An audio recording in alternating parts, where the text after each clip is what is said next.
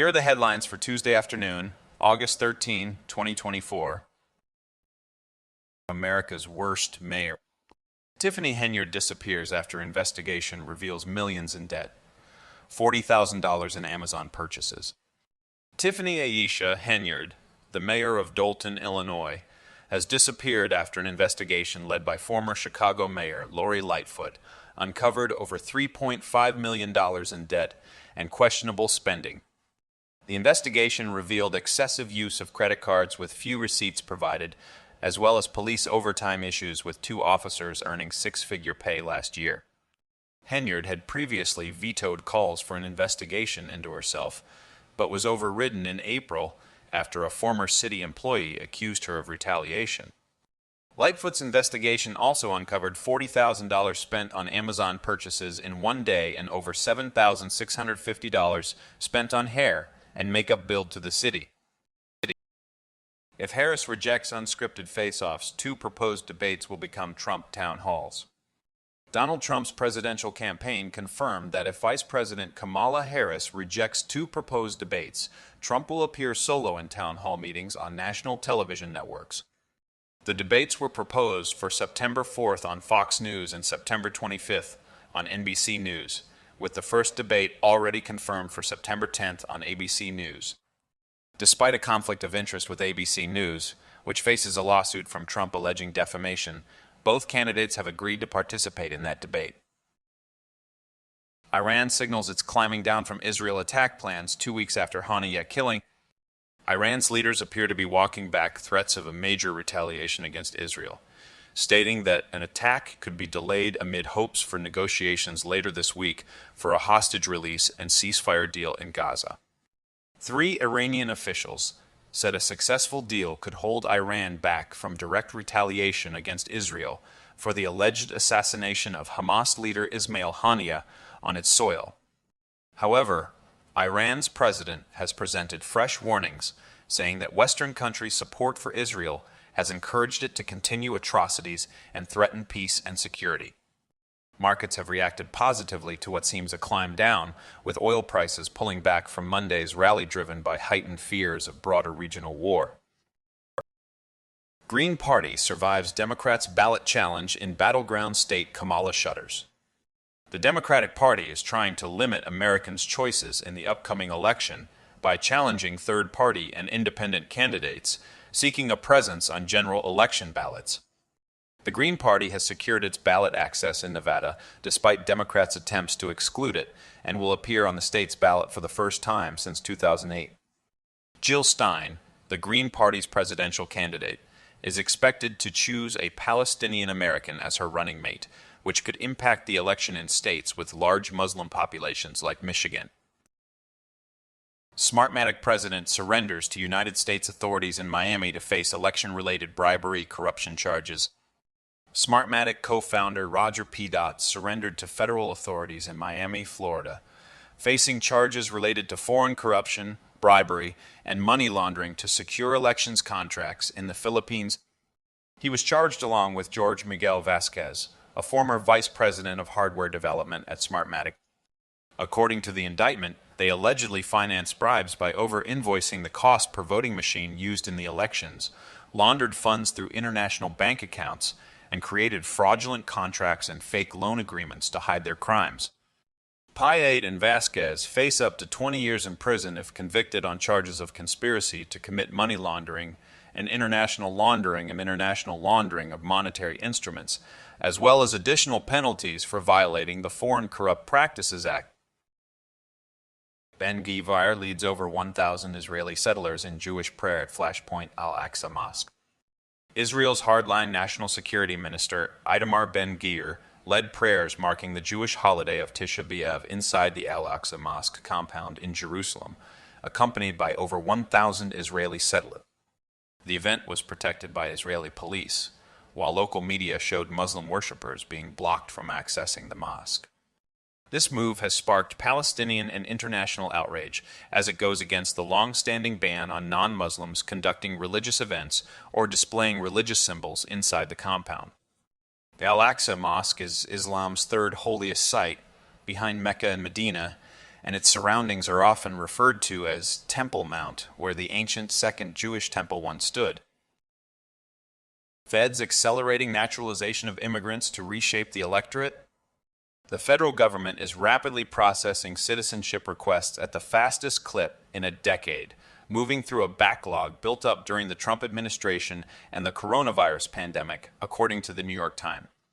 3.3 million immigrants have become citizens during Biden's time in office, with data showing more will vote for Democrats than Republicans, potentially reshaping the electorate ahead of key elections in battleground states like Georgia, Arizona, Nevada, and Pennsylvania.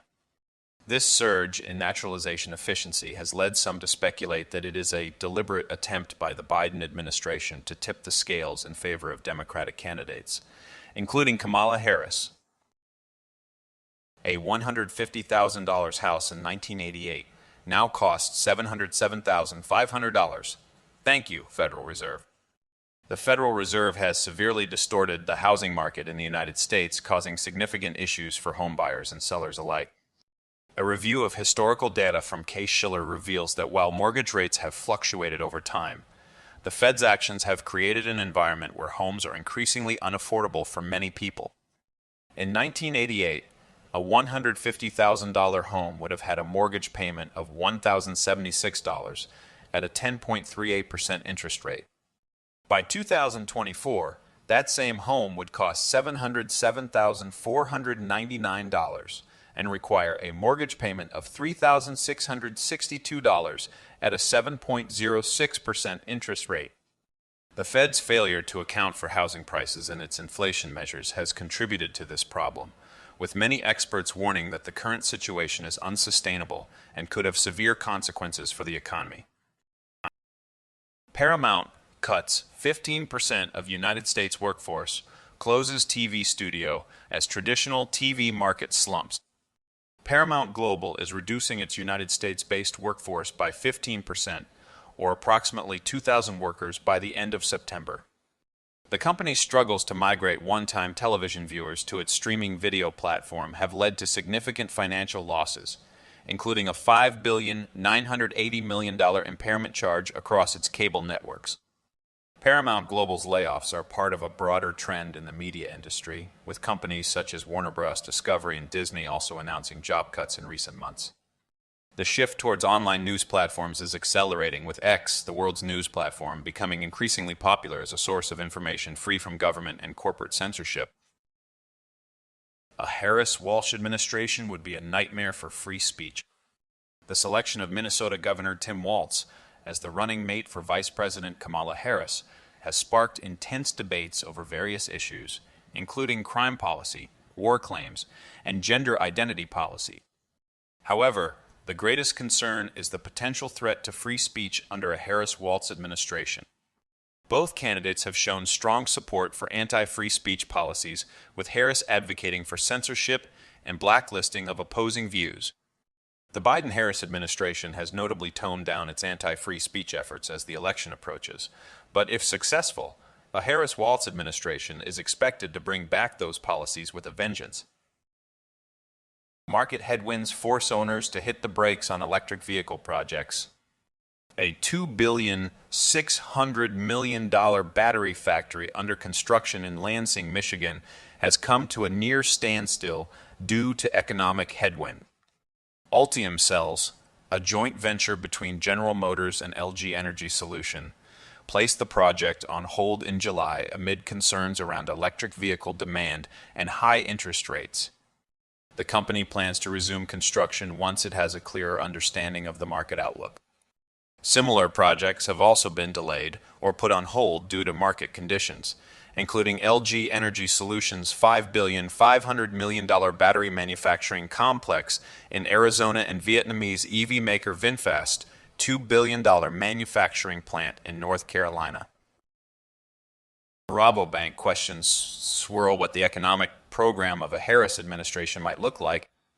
Stocks closed flat yesterday ahead of a packed data calendar for the rest of the week, with energy markets being particularly interesting due to rising tensions in the Middle East and ongoing conflict between Russia and Ukraine.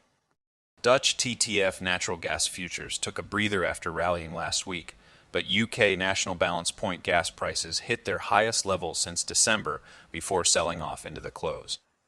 Meanwhile, gold prices are again trading close to all-time highs after gaining 1.7% yesterday, driven by nerves over geopolitical issues and market pricing of rate cuts for the September Federal Reserve meeting. Elon Musk warns against vilifying the oil and gas industry. Elon Musk told Donald Trump in an interview that the world should stop vilifying the oil and gas industry, calling his views on climate change and oil gas pretty moderate.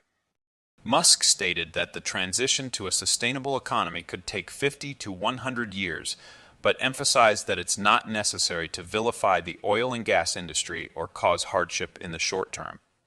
He also expressed support for Trump, who has been a staunch supporter of the United States oil and gas industry and has pledged to ramp up domestic production.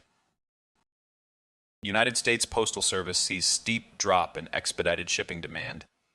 The United States Postal Service saw a 40.7% decline in priority mail services volume year over year for the third quarter of fiscal year 2024, ending June 30.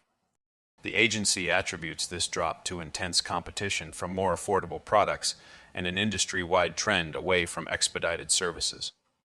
In contrast, more economical products like USPS Ground Advantage led to a 2.7% overall increase in volume within the shipping and packages category. Shippers are opting for slower parcel delivery services to save on shipping costs, with UPS and FedEx also reporting similar trends among their customers.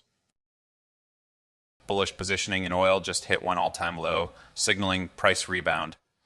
Investors have become increasingly bearish on the energy sector, particularly in petroleum, as concerns over a global economic slowdown rise.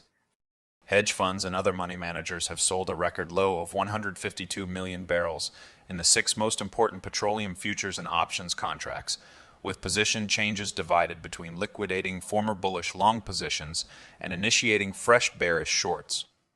The sell-off has been the fastest since 2020, when traders were bracing for the spread of the coronavirus epidemic from China to the rest of the world.